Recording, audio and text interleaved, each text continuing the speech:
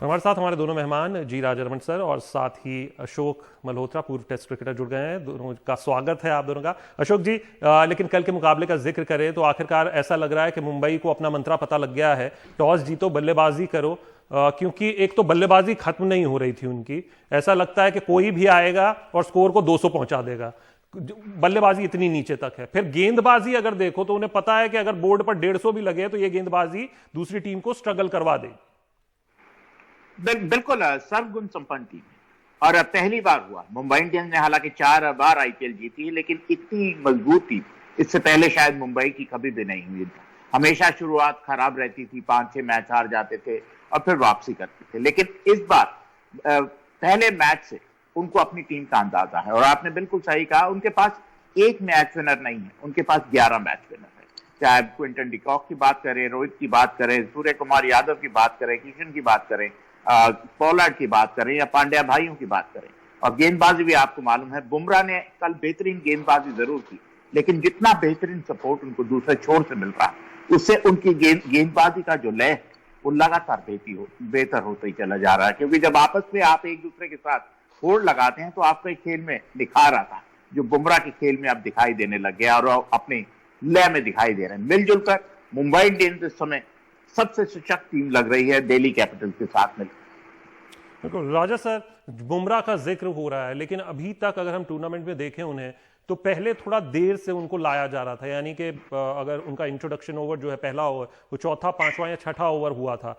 लेकिन कल के मैच में इससे पता लगता है कि कितना स्ट्रेटजी, कितना कुछ एनालिसिस पे जाता है समय। क्योंकि देखा कि जॉस बटलर और स्टीवन स्मिथ के खिलाफ रिकॉर्ड बहुत अच्छा है बुमराह का, रन नहीं देते हैं, भले बहुत ज्यादा बार आउट ना किया हो।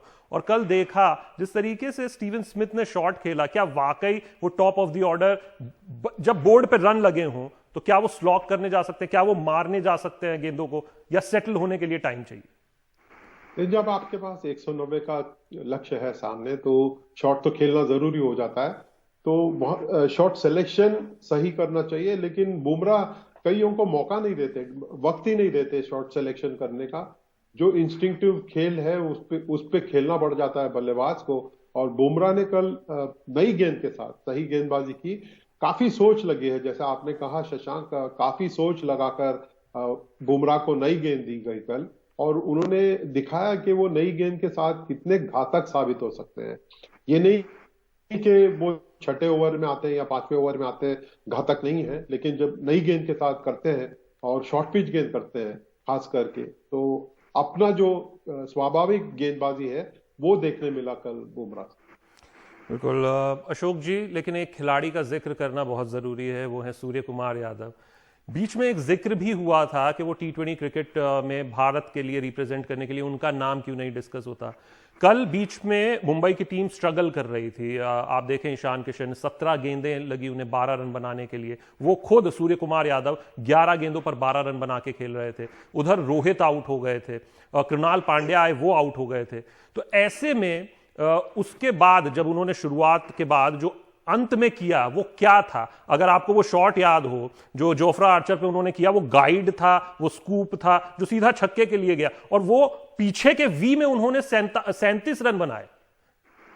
बिल्कुल शशांक, आपने उनको टीवी पे पहली बार देखा, मैंने उनको लाइव देखा बिल्कुल, बार बार लगातार, और मैं कई बार हैरान हो जाता हूं कि ये खिलाड़ी विकेट के पीछे इतना कैसे बेहतर खेलता है, क्योंकि वो उनकी स्पेशलिटी है। Third man, fine leg, scoops, ये उनकी स्पेशलिटी है। ये पहली बार उनका जो प्राकृतिक खेल है वो निखर कर सामने आया।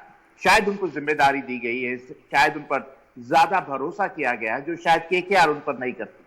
तो मेरे को ऐसा लगता है कि कल उन्होंने अपना पूरा जलवा बिखेरा, जो उनका पूरा अंदाज है वो सबके सामने आया है। और बिल्कुल आपने सही कहा कि 2020 क्रिकेट के लिए सूर्य कुमार यादव भी एक बेहतर विकल्प है जहां तक भारतीय टीम का सवाल। और बार बार लगातार दरवाजा खटखटा नहीं रहे, दरवाजा पीट रहे हैं अपने प्रदर्शन से। अगर हम इन दोनों टीमों का जिक्र करें तो कहीं ना कहीं कोलकाता को क्या आप फेवरेट मानेंगे?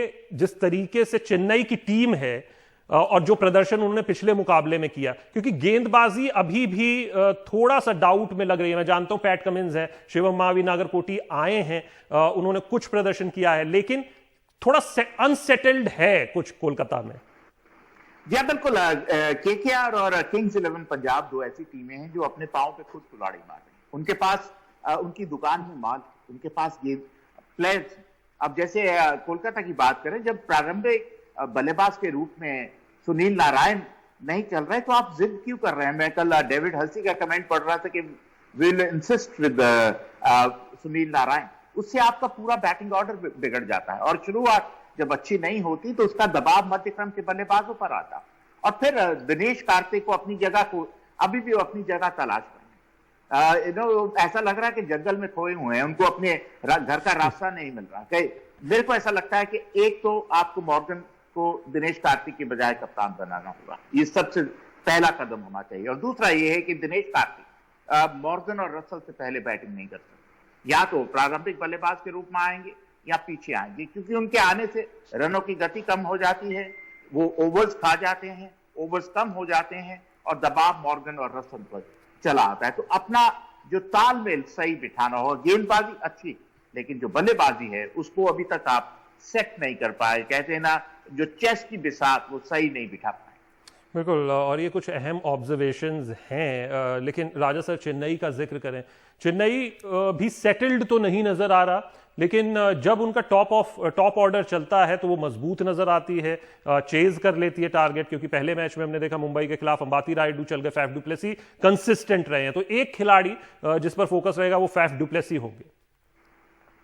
सबसे पहले तो चेन्नई काफी सेटल्ड है। अगर आप देखें, काफी मुश्किल मैच रात में खेलने के तुरंत बाद वो सेम 11 के साथ उतरे हैं। इससे ज्यादा आपको मैसेज मिल नहीं सकता कि सेटल्ड कॉम्बिनेशन वही रहा है और वो हमेशा बैक करते हैं अपने प्लेयर्स को। और सिर्फ फैफ डुप्लेसी ही नहीं, बाकी उनके पास खिलाड़ी है जो रन बना सकते हैं। धोनी भी लय में आ रहे हैं, ही इज कमिंग बैक। और मुझे लगता है उनके पास वो गेंदबाज भी है जो विकेट ले सके और ये केकेआर के स्ट्रोक प्लेयर्स को रोक सके। कोलकाता नाइट राइडर्स की दिक्कतें बढ़ सकती हैं अगर दिनेश कार्तिक अपने नंबर पे खेलने जाते हैं। तो मौका है चेन्नई के पास ये मैच जीतने का।